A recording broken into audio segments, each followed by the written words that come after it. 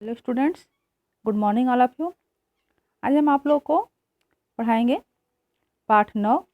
यह देश एक है। यह देश एक है यानी कि हमारा भारत देश एक है। भारत देश की पहले हम उसकी विशेषता क्या है वो देखेंगे। विविधता में एकता भारत की विशेषता है, यानी कि विविधता अलग अलग तरह में भी सब लोग एक होकर रहते हैं, यही भारत की विशेषता है। भौगोलिक और सामाजिक दृष्टि से इतनी भिन्नता, कहीं पहाड़ ही पहाड़, कहीं रेत ही रेत, कहीं जल ही जल, कोई शाकाहारी तो कोई मांसाहारी, कोई गर्म प्रदेशों में रहता है तो कोई ठंडे प्रदेशों में, किसी की भाषा कुछ है तो किसी की कुछ, पहनावे में भी अलग अलग, फिर भी सब भारतीय हैं। धर्मों की दृष्टि से भी चाहे मंदिर जाएं, चाहे मस्जिद, गुरुद्वारे या गिरजाघर, लेकिन वे सब भारतीय हैं। सबको मिलाकर यह देश खूबसूरत और महान बना है।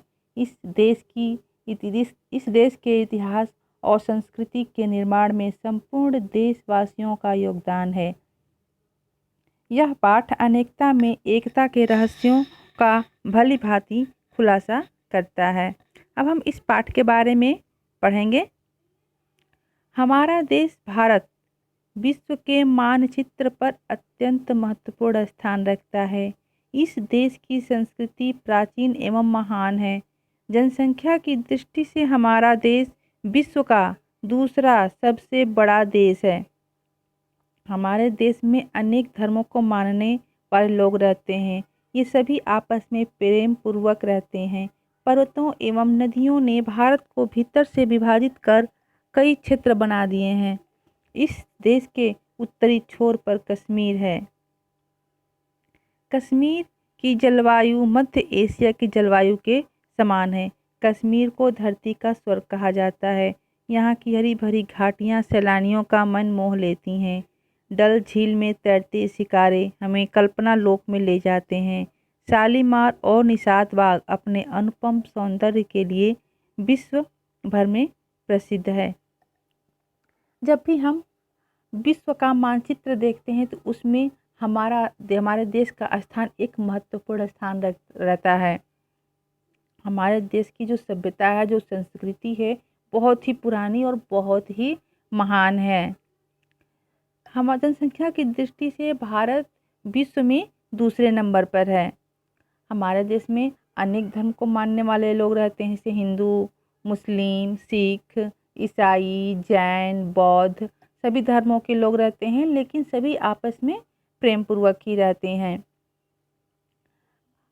कई नदियों और पर्वतों की वजह से भारत विभाजित दिखता है, लेकिन अलग अलग क्षेत्र हो गए हैं, लेकिन फिर भी सब एक हैं। हमारे देश के उत्तरी छोर पर कश्मीर है। कश्मीर जहाँ हमेशा बर्फ़ गिरती है। वहाँ की जलवायु जो है मध्य एशिया की जलवायु से मिलती जुलती है। कश्मीर को धरती का स्वर्ग कहा जाता है, क्योंकि वहाँ की जो घाटियाँ वो हमेशा हरी भरी रहती हैं, और जो वहाँ घूमने के लिए विदेशों से सैलानी आते हैं, वो उनका मन जो है वो घाटियाँ उनका मन मोह लेती हैं। झीलों में, डल झील में जो शिकारे होते हैं, जो एक नाव की तरह से ही होते हैं, लेकिन उसमें उसको शिकारा बोलते हैं। तो उसमें जो है लोग बैठ कर के और पानी में शिकारे पर बोटिंग की तरह से करते हैं। तो वो ऐसा लगता है जैसे हम लोग एक अलग ही दुनिया में आ गए हैं, ऐसा लगता है। वहाँ के शालीमार और निशात बाग, उसकी सौंदर्य, उसकी सुंदरता पूरे विश्व में प्रसिद्ध है।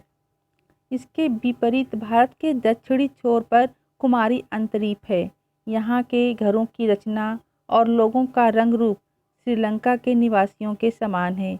इस प्रकार भारत के दोनों छोरों की जलवायु में पर्याप्त अंतर दृष्टिगोचर होता है। उत्तर में कश्मीर है, लेकिन ठीक उसके विपरीत दक्षिण दिशा में कुमारी अंतरीप है। वहाँ के घरों की रचना, वहाँ के लोगों का रंग रूप, रहन सहन श्रीलंका के निवासियों से मिलता जुलता है।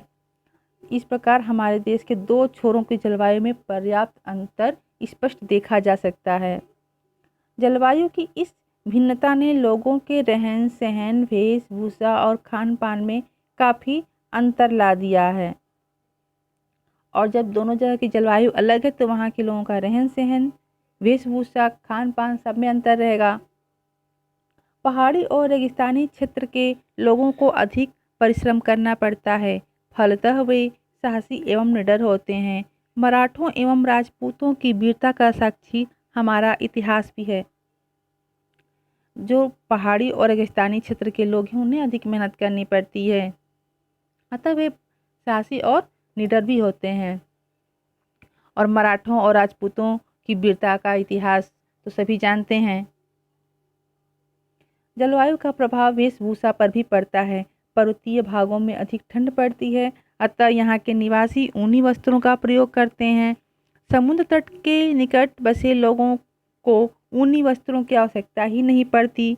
इसी प्रकार खान पान में भी काफ़ी भिन्नता है। समुद्र तटीय इलाकों में मछली चावल उनका प्रिय भोजन है, तो उत्तरी भारत में दाल रोटी और सब्जी बड़े चाव से खाई जाती है। जलवायु में अंतर है तो इसका प्रभाव उनके रहन सहन, वेशभूषा, खान पान पर भी पड़ेगी। पर्वतीय भागों में चूँकि अधिक ठंड पड़ती है तो वहाँ के लोग ऊनी वस्त्रों का प्रयोग अधिक करते हैं। समुद्र तट के निकट बसे लोगों को ऊनी वस्त्रों की आवश्यकता ही नहीं पड़ती है, क्योंकि वहाँ ज़्यादा ठंड नहीं पड़ती है। उसी प्रकार उनके खान पान में भी भिन्नता है। जो समुद्र के तट पर रहते हैं उनका मछली और चावल उनका प्रिय भोजन है, और लेकिन ठीक विपरीत उत्तर भारत के लोग दाल रोटी और सब्जी को पसंद करते हैं। भारत में अनेक भाषाएं बोली और समझी जाती हैं।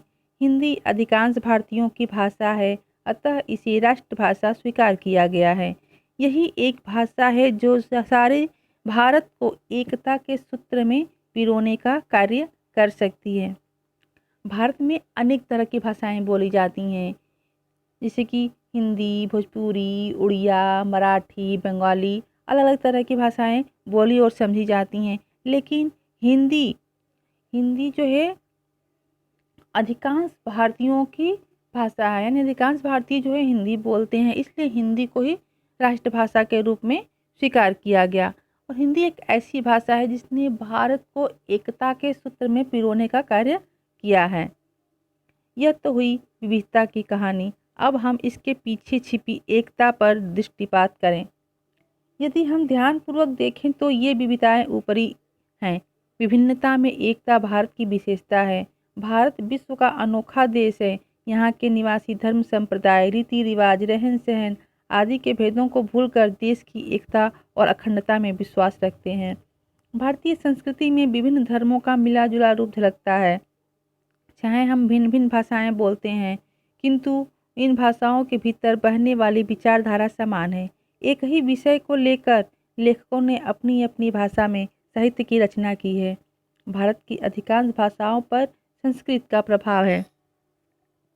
अगर हम कभी अपने भारत की विशेषताओं को देखें तो ये समझता है कि जो इसकी विविधताएं हैं वो सिर्फ ऊपरी हैं, जबकि विभिन्नता में भी एकता भारत की यही विविधता है, विशेषता है।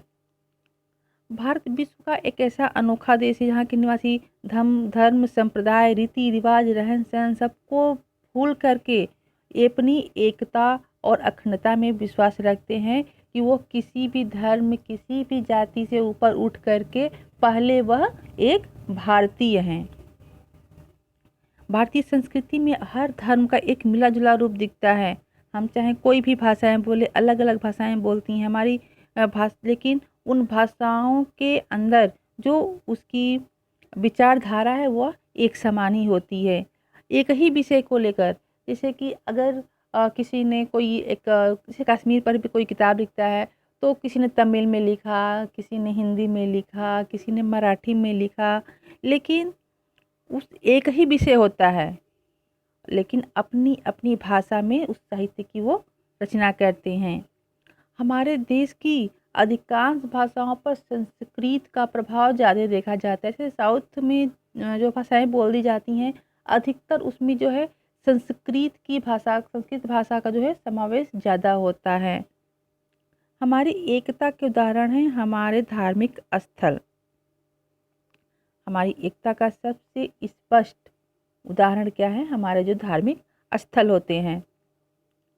उत्तर अथवा दक्षिण आप कहीं भी चले जाइए, आपको जगह जगह एक ही संस्कृति के मंदिर दिखाई देंगे। मंदिरों का वास्तुशास्त्र हो अथवा उनकी मूर्तियाँ, सभी में पर्याप्त समानता दिखाई देंगी। इस प्रकार मस्जिद, गुरुद्वारे और चर्च भी सारे भारत में एक ही प्रकार के दिखाई देंगे। पूजा पाठ की विधियों में भी काफ़ी समानता है। उत्तर में या फिर दक्षिण में आप कहीं भी जाइए, आपको एक ही संस्कृति के मंदिर दिखाई देंगे।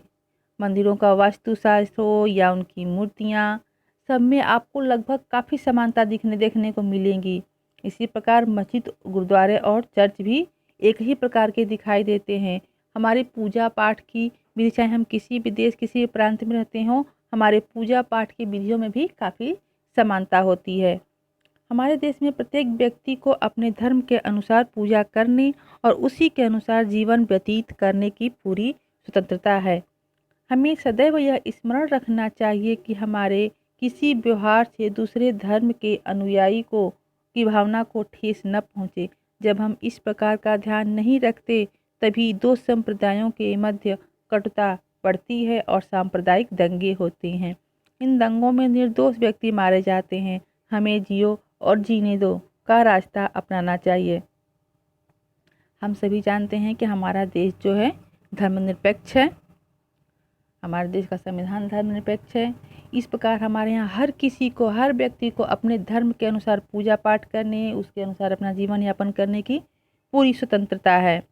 इसलिए हमें हमेशा एक बात याद रखना चाहिए कि हमें कोई भी ऐसा कार्य नहीं करना चाहिए जिससे कि दूसरे धर्म के अनुयायी की भावना को ठेस पहुँचे। यानी कि किसी भी धर्म को हमें नीचा नहीं दिखाना चाहिए, चाहे वो कोई भी हो, हिंदू हो, मुसलमान हो, सिख हो, ईसाई, क्योंकि सभी धर्म एक बराबर हैं। हमारे संविधान के अनुसार सारे धर्म के लोगों को एक समान अधिकार भी प्राप्त हैं। और जब हम इन बातों का ध्यान नहीं रखते, तभी जो है दो धर्म के बीच में कटुता बढ़ती है और सांप्रदायिक दंगे बढ़ते हैं। और उन दंगों में जो निर्दोष होते हैं, सिर्फ वही मारे जाते हैं। तो हमें हमेशा एक चीज़ ध्यान रखना चाहिए कि जियो और जीने दो, यानी कि खुद भी शांति से जियो और हमें भी शांति से जीने दो। अगर हम इस तरह का रास्ता अपनाएंगे तो इस तरह की दंगे हमारे देश में नहीं होंगे। हमें सदैव यह बात याद रखना चाहिए कि हम सब एक महान देश के निवासी हैं। हमें इस महान देश की हर कीमत पर रक्षा करनी है। देश की एकता को बनाए रखना हम सभी की जिम्मेदारी है। हमें अपने देश के साथ प्रेम करना चाहिए। देश के साथ प्रेम करने के लिए देश के स्वरूप को जानना अति आवश्यक है। बिना परिचय के प्रेम नहीं हो सकता। देश के मनुष्यों, पर्वतों, नदियों, पशु पक्षियों एवं पेड़ पौधों के साथ प्रेम करना ही देश प्रेम है। यह देश एक है और इसे एक बनाए रखना हमारा कर्तव्य है।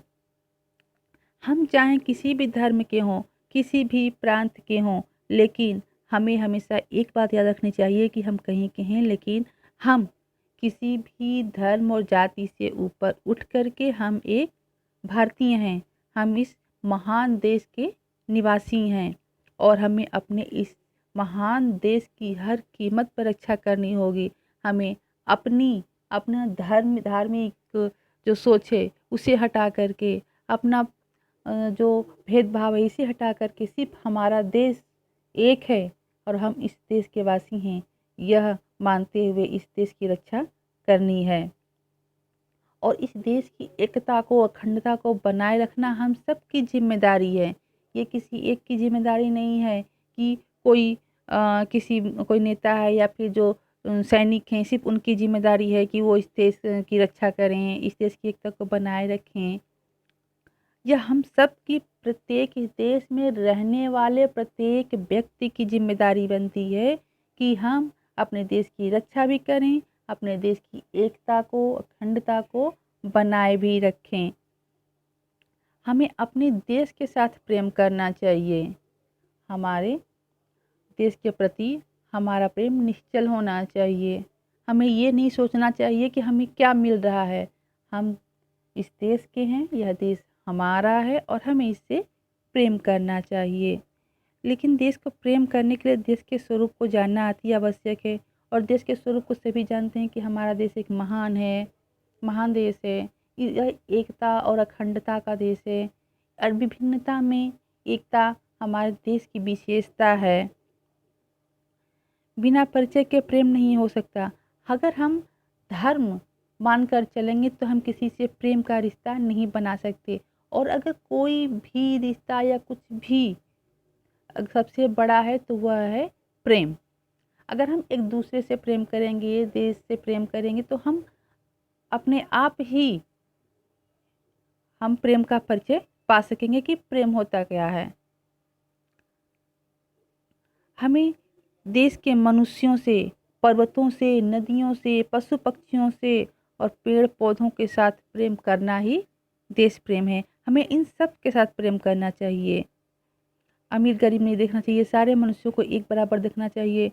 पर हमारे भारतीय संस्कृति में तो पर्वतों को भी पूजा जाता है, नदियों को भी पूजा जाता है, पशु पक्षियों तक की पूजा की जाती है, पेड़ पौधों की भी पूजा की जाती है। तो हम अगर उनसे प्रेम करते हैं तो यह भी हमारा एक तरह से देश प्रेम ही है। हमारा एक ही कर्तव्य है कि यह देश एक है और इसे हमें एक बनाए रखना है। धन्यवाद।